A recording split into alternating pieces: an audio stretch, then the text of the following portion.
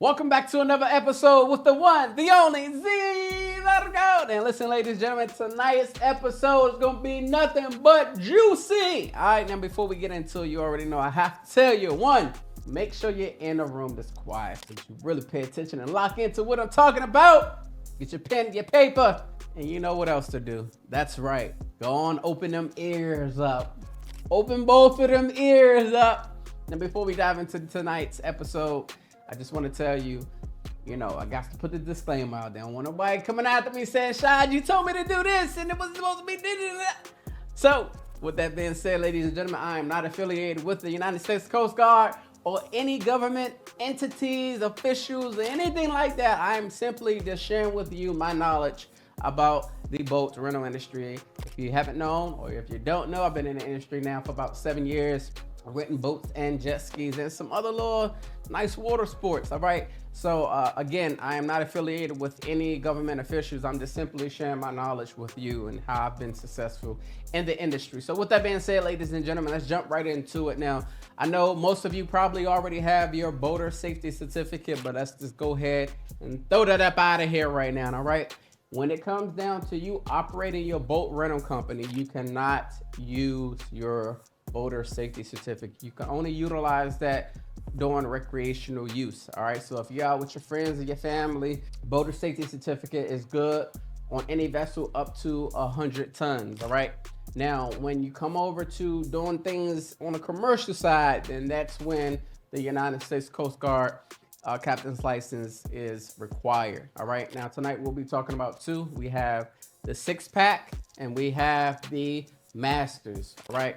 Again, you're gonna need these licenses whenever you cross over to the commercial side. So normally people are obtaining their 6-pack when they're doing like fishing tours, scuba diving, dolphin tours, stuff like that. You're operating with small vessels. Now, with that being said, it's exactly what the license says, a 6-pack. So that means that you can only have up to 6 paying customers on that vessel. If you have anyone over, you're in trouble with the Coast Guard, and we don't want that, right?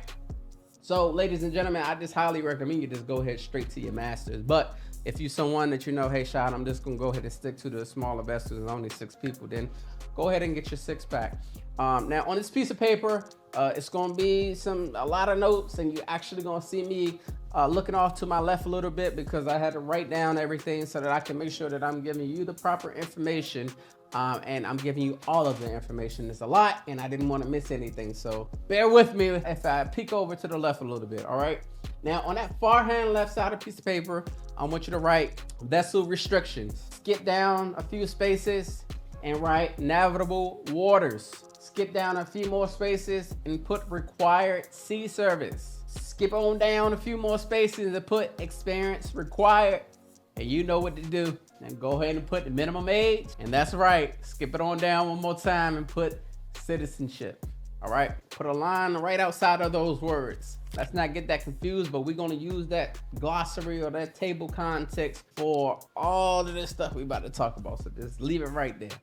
All right. Now, I want you to move over about 1 inch or 2 to your right. And I want you to draw a line right down the middle. And on the left side of that line, I want you to put inland waters. On the right of that, I want you to put near coastal.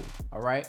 And we'll talk about inland water and near coastal in another episode. Right now, we're just breaking down what's required and what's needed for your licensing. All right. Now, right under where it says vessel restrictions, right under inland, I want you to put uninspected vessels not greater than 65 feet or 100 tons. Under that, it should drop you down into the navigable waters. You're only allowed to operate in inland waters. Under that, you are required to have 360 days total deck service, right? Under experience required, there is no offshore experience necessary, simply because you should not be offshore with this specific license. The minimum age is 18, and you are able to be a permanent resident alien with a card or a U.S. citizen. Now, moving right along under near coastal, very first one, the vessel restrictions. You are able to operate an uninspected vessel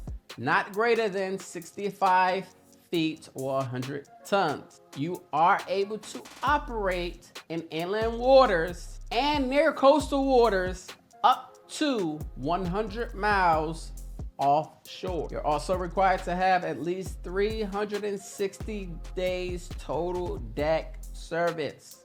You have to have 90 days of offshore experience. You can be 18 years of age, and again, you're able to have your permanent resident alien card or be a US citizen.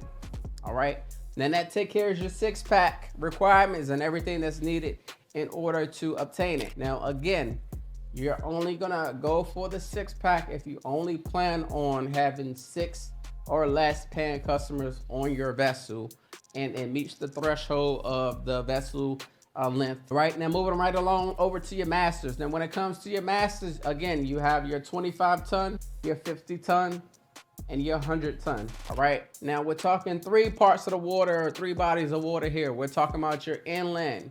All right, draw a line right next to that. Your near coastal, drop a line next to that, and oceans. That's right, the big boy waters. All right, so under inland, under vessel restrictions, you're able to operate a vessel that is inspected up to the tonnage that you are licensed for. So if you only have a 25 ton, you're only able to operate a vessel that's up to 25 tons. Under that, you are only able to operate in inland waters. It does not matter if you have a 25 or 50 or 100. If you're only licensed to operate in inland waters, you are only able to operate vessels in inland waters. All right. Again, you must have 360 days total deck service. There is no offshore experience necessary. Why? Because you should be in inland waters only. All right. You must be 19 years old in order to obtain your master's, and you have to be a US citizen. Moving along to your near coastal. Again, you're able to operate in an inspected vessel that you are licensed for. All right. You're able to operate in inland waters and near coastal waters up to 200 miles offshore. You're required to have 720 days total deck service, and you must have 360 days of offshore experience. Again, you must be 19 years old, and you have to be a US citizen. Last but not least, ladies and gentlemen, under the column where it says oceans, with your vessel's restrictions, you are able to operate a vessel that is inspected up to the tonnage that you're licensed for. For navigable waters, you're able to operate in both inland and all oceans. You must have 1,080 days total deck service, and you must have 720 days total offshore experience. You must be 19 years old of age, and you must be a US citizen. Now, before you start ramping and raging about how you don't have time to go out and get this license, ladies and gentlemen, you are able to obtain your license online. That's right, you don't have to go and necessarily sit inside of a classroom. You can obtain this license online, your 6-pack or your master's, all right? You can simply go down into the description and click the link under Mariner's Learning System. I have a discount code that's already plugged in, so when you click it, you don't even have to worry about a promo code. You can simply just go ahead and sign up with the Mariner's Learning System, and you can do your licensing online. Now, my advice to you is, if you are gonna take this online, ensure that you do not skip days or months or weeks in between of you learning and doing these different quizzes and stuff online. I recommend to you to take at least 30 minutes to an hour every single day to learn about different licenses.